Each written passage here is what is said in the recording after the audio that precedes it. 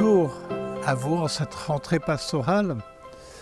Je voudrais commencer par un événement qui a marqué cet été.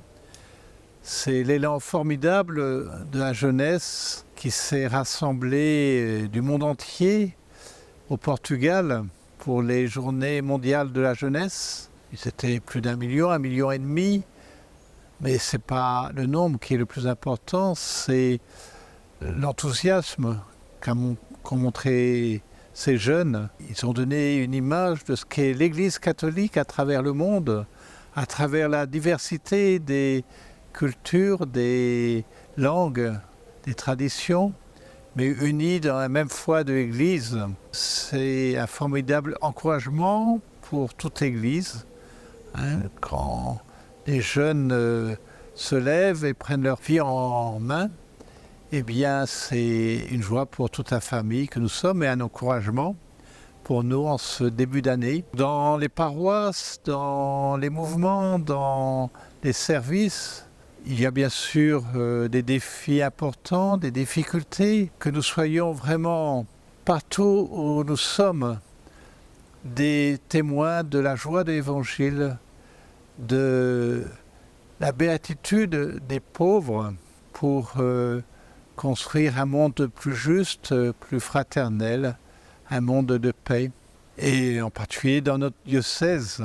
Voilà, donc je veux dire à tous et à chacun combien nous avons les promesses du Seigneur qui sera toujours avec nous et il nous entraîne toujours de l'avant. Notre pape avait choisi comme slogan, comme mot d'ordre pour les Journées mondiales de la jeunesse, cette phrase de l'Évangile, Marie se leva et partit en hâte. En hâte, ça ne veut pas dire avec précipitation, mais je dirais d'un pas décidé, que ce soit notre état d'esprit en cette rentrée.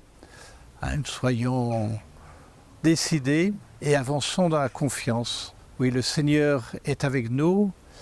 Il nous a confié à sa mère, et en particulier notre diocèse, sous le patronage de Notre-Dame de l'Assomption.